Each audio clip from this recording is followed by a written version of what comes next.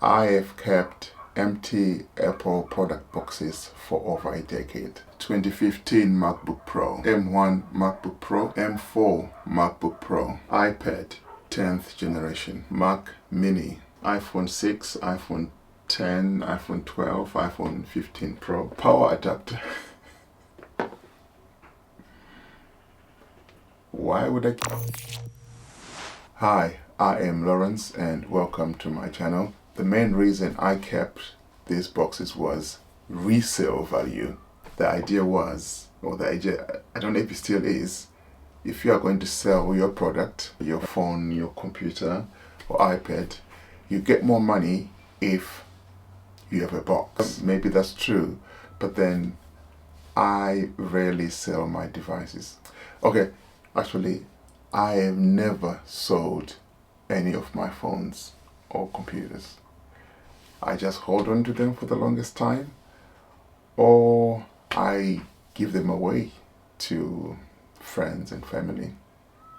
Never sold anything. The idea of keeping boxes, in this case, it feels so convincing, because if you are buying something from an owner and they say, you know, I've got the box for it, it sort of presents careful ownership, I guess. Well, because the main thing really is the device you're buying, is it in a good condition?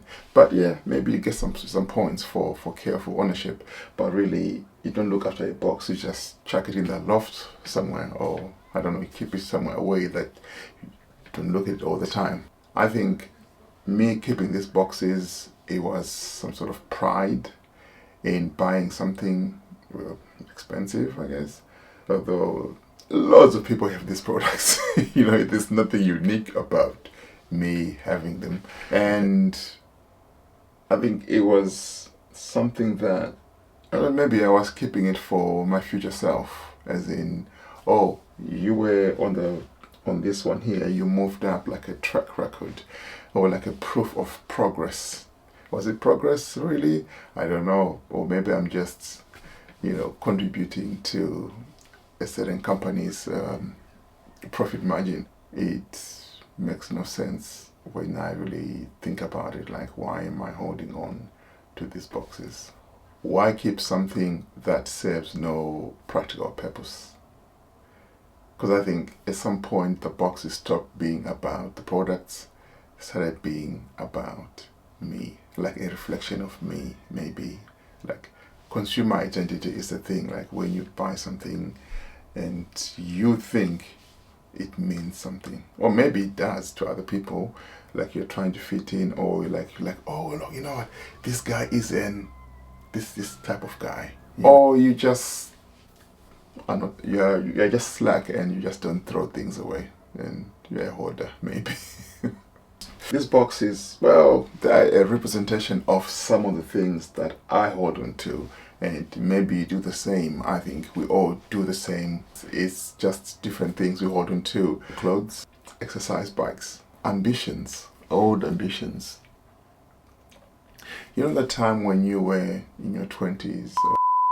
What I'm saying is, sometimes we hold on to possibilities rather than practicalities. Throwing away something or getting rid of something can feel like closing a door.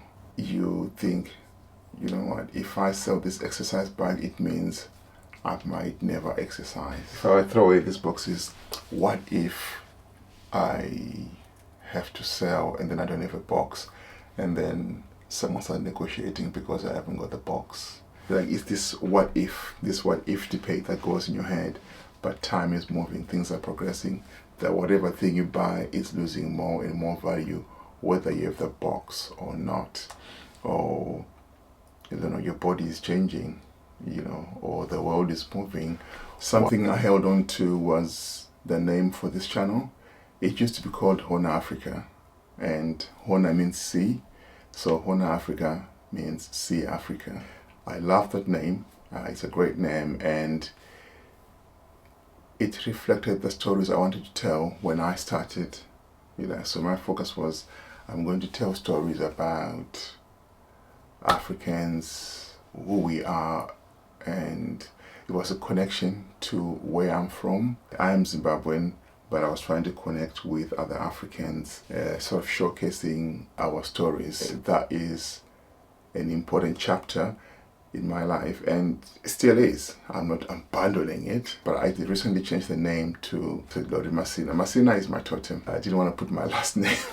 You can find out my name if you really want. But over time, the stories I wanted to tell became a bit broader. I live in the UK and I've got a mix of friends from different backgrounds, and they've got very interesting stories. And I thought I could never tell the stories under Honor Africa. If someone goes to the channel called Honor Africa, they're gonna expect something African, I guess. Yeah, I wanted to accommodate wider interests, wider stories.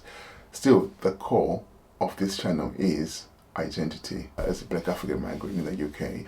But there's also other stories I wanted to tell, other things I want to talk about, like videos like this that are just about a realization or what I'm just learning, because I felt restricted.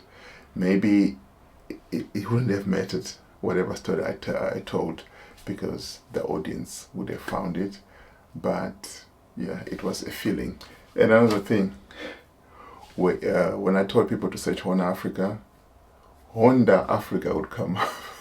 So I was competing with Honda Africa. So yeah, it was a bit funny, but it bothered me a little bit. It bothered me, the Honda Africa thing, yeah. For years I thought these boxes, right, they were about preserving value. Now I think it's about preserving possibilities. The possibility that I might sell, or an upkeep of an older version of myself, or just to make sure nothing has changed, just holding on to that. Maybe the healthiest thing is to stop storing old possibilities and make room for new ones. Let's move on to something else, because at what point does preserving the past stop helping the future? See you next time.